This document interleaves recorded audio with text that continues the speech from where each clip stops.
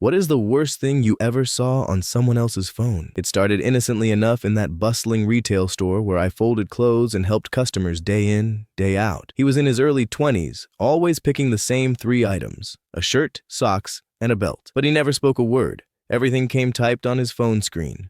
I figured it was a disability, maybe social anxiety, so I smiled and assisted without question. Week after week, he'd seek me out specifically, his eyes lingering a bit too long, but I brushed it off. Harmless, right? Then came the day he cornered me near the fitting rooms, typing excitedly about his recent vacation. Want to see photos? He messaged. Sure, why not? Palm trees, ocean waves, him grinning in exotic locales. It was all postcard perfect. My guard was down as he swiped through, narrating via text. But then, one swipe too many. An album thumbnail froze my blood, my own face staring back as the cover, cropped from some unnoticed moment in the store. Heart pounding. I forced a nod, pretending interest while my mind raced. How many photos? How long had this been going on? He kept scrolling. Oblivious, but I felt exposed, violated. The second he turned away, I dashed to security, voice trembling as I spilled everything. From then on, every time his figure appeared on the cameras, I'd vanish into the back room, pulse racing. Security shadowed him discreetly, building a case. Finally, they caught him red-handed. Sneaky snaps of other women, customers oblivious. He was banned forever, but the chills, they never fully faded. A reminder that danger can hide behind silence. Next story. We were in the break room, coffee in hand, chatting about weekend plans. My coworker, a bubbly mom of 2, pulled out her phone mid-conversation. "Wait till you see these pics of the kids at the zoo," she exclaimed, swiping open her gallery. Adorable shots flashed by, little ones giggling at monkeys, ice cream-smeared faces, pure joy. I leaned in, laughing along, the moment light and easy. She kept scrolling, her thumb gliding faster as she hunted for that one perfect shot. "Here it is. Oh, wait, no." And then, without warning, the screen filled with horror. A stark, close-up photo of her own butthole, lit like a medical exam. Time stretched into an eternity. Her eyes widened in shock. Mine probably did too. In a blur of panic, she swiped past it so quickly the phone nearly flew from her hand. The next image popped up, a mundane family dinner, as if nothing had happened. She cleared her throat, voice steady but cheeks flaming. "Anyway, look at Timmy with the giraffe." I nodded, forcing a chuckle, my brain scrambling to process the glimpse I'd never unsee. We finished the photos in awkward silence, both pretending oblivion. Back at our desks, the air hung heavy with unspoken embarrassment. To this day, we avoid phone sharing, that fleeting reveal a secret scar on our friendship. Next story. Fresh out of college in 2009, I manned the Geek Squad desk at Best Buy, fixing gadgets and troubleshooting tech woes. An older man shuffled in one afternoon, complaining about his new smartphone glitching. He handed it over casually and plopped into the waiting area. Routine stuff, or so I thought. A tech whisked it to the back room for diagnostics. Minutes ticked by in silence until he burst out, face ashen, whispering urgently, "Page the manager, now!" I peeked at the screen. The gallery was a nightmare. Explicit images of children, videos even worse. My stomach churned, bile rose in my throat. We locked the device away, hearts racing, and alerted loss prevention. The man sat obliviously, flipping through a magazine. Police arrived discreetly, but his eyes darted when they approached. Panic set in as they cuffed him right there amid shoppers' stares. He erupted, screaming we had no right to invade his privacy, but the evidence was damning. Later, I heard similar horrors from other stores. People blindly trusting techs wouldn't uncover their secrets. That arrest lingered, a grim reminder that evil hides in plain sight, waiting for one wrong swipe to expose it. Next story, Dad upgraded to a fancy new phone and tossed me his old one with a grin. "All yours, wipe it clean." Free tech, score. I dove in that evening, eager to set it up as my own. Contacts transferred, apps downloading, but the photo gallery nagged. Better clear his stuff first. Family pics scrolled by, holidays, barbecues, US kids growing up, nostalgic, almost sweet. Then deeper into the archives, thumbnails shifted tone. Skin tones dominated. Curiosity peaked, I tapped one. Full screen exploded with my mom's nude form, posed explicitly, nothing left to imagination. My jaw dropped, the phone slipped from numb fingers. More followed, angles, positions I'd erase from memory if I could. Horror mounted. How had this ended up here? Why hadn't he deleted them? I scrubbed the device frantically, heart hammering, but the images burned into my brain like acid. Confront him? No way. Some discoveries demand eternal silence. That phone became a cursed relic, a portal to parental intimacy I never sought. Next story. Office chit-chat turned to hobbies. My coworker lit up about his garden. "You've got to see these veggies!" He whipped out his phone, gallery bursting with green bounty, plump tomatoes, vibrant flowers, meticulous beds. I admired each swipe, impressed by his green thumb. He narrated proudly, zooming on details. "Check this zucchini. Massive!" Thumb flying, he overshot. The screen filled with a toilet bowl, crowned by an enormous coiled turd. "Whoa, that's my wife's masterpiece," he said without missing a beat. "So huge, I had to capture it." I stared, disbelief suspending time. It was colossal, defying physics. He chuckled, unfazed, as if showcasing a prize pumpkin. My laughter choked out awkward. His enthusiasm bordered surreal. We wrapped up quickly, but the image haunted. How does one casually share that? The break room felt forever altered, a testament to marital oddities best kept private. Next story. Our marriage had cooled. Fewer laughs, more silences. But hope lingered until that fateful glance at his phone. He was showing a funny meme when I spotted it. My contact name, once a playful pet moniker from our dating days, now reduced to my plain first name. The change hit like a silent thunderclap. No fanfare, just erasure of intimacy. My heart sank, suspicions confirmed. We were unraveling. I masked the pain, but inside, dread built. Was this the end? That tiny edit screamed volumes, a suspenseful harbinger of divorce papers to come. Next story. Cozy family dinner. Mom's birthday glow warming the room. Dad passed his phone around, showcasing celebration snaps, cake, gifts, her radiant smile across the table. Laughter echoed as we relived the night.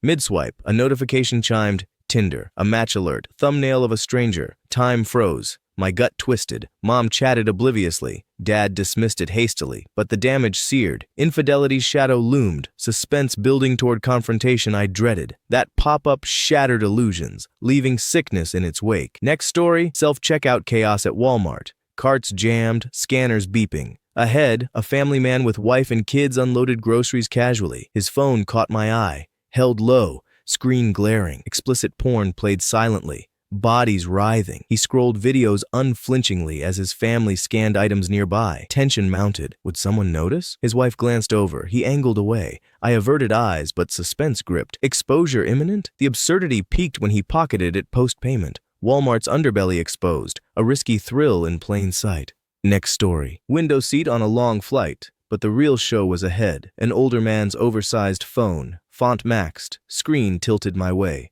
Sexting unfolded, raunchy demands, promises, replies trickled, filtered nudes, mismatched outfits signaling fakes. English devolved, pleas for money emerged, groceries via Philippine app. He obliged, wallet draining digitally, multiple tabs juggled similar cons, interspersed with fiery Facebook rants. Suspense built, realization dawning, he never twigged.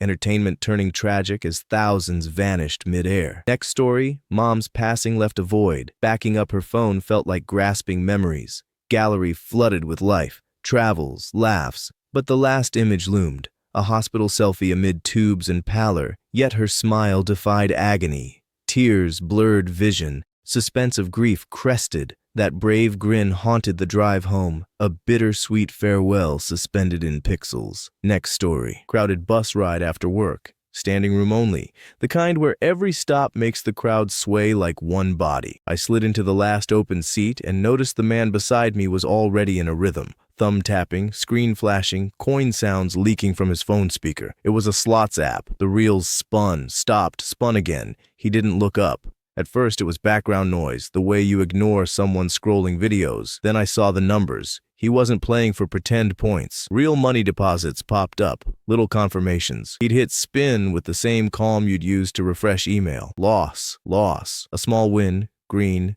then bigger bets. His jaw tightened, but his posture stayed stiff, like he was trying to outstare the screen into obeying. The bus lurched over a pothole and his phone slipped. I caught it before it hit the floor. His hand snatched it back too fast, like I'd almost touched something private. "Thanks," he muttered, eyes never leaving the reels. Another spin, another loss. His breathing changed, shorter and sharper. By the third stop, he was no longer passing time. He was chasing. Each loss demanded a louder answer. He opened a banking app, transferred more, came back to the game as if returning to a fight.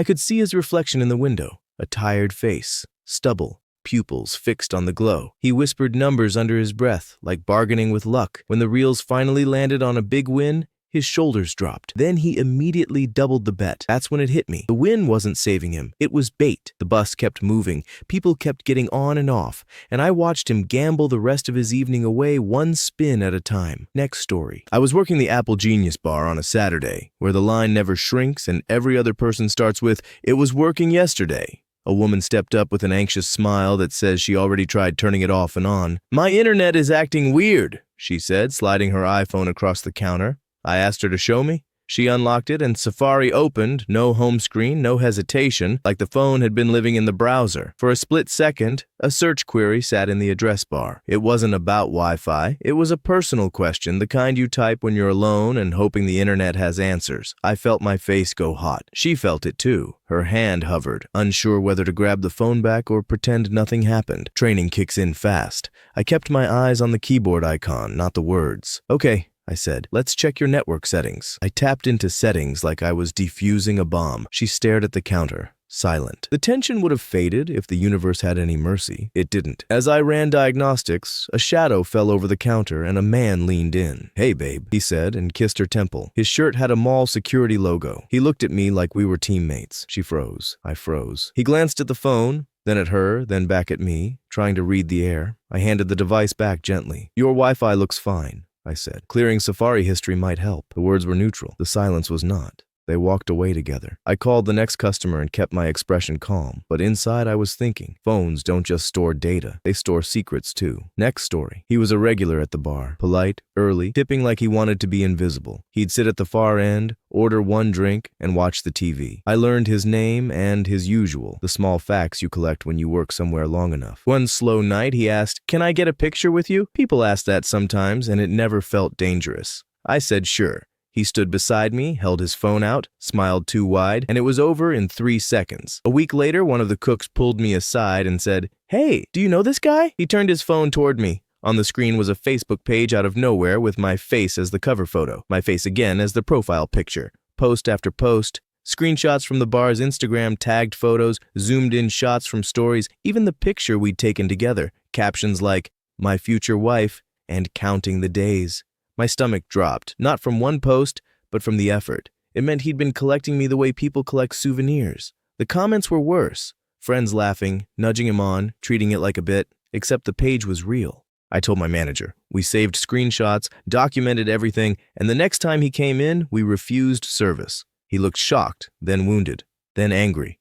"I didn't do anything," he said, like the rulebook could protect him. He left without arguing. After my shift, the walk to my car felt longer. Every footstep behind me sounded like him. Nothing happened that night. That was the problem. Suspense isn't always an event. Sometimes it's the way your keys shake in your hand because you've learned someone can build a fantasy out of your normal life. Next story.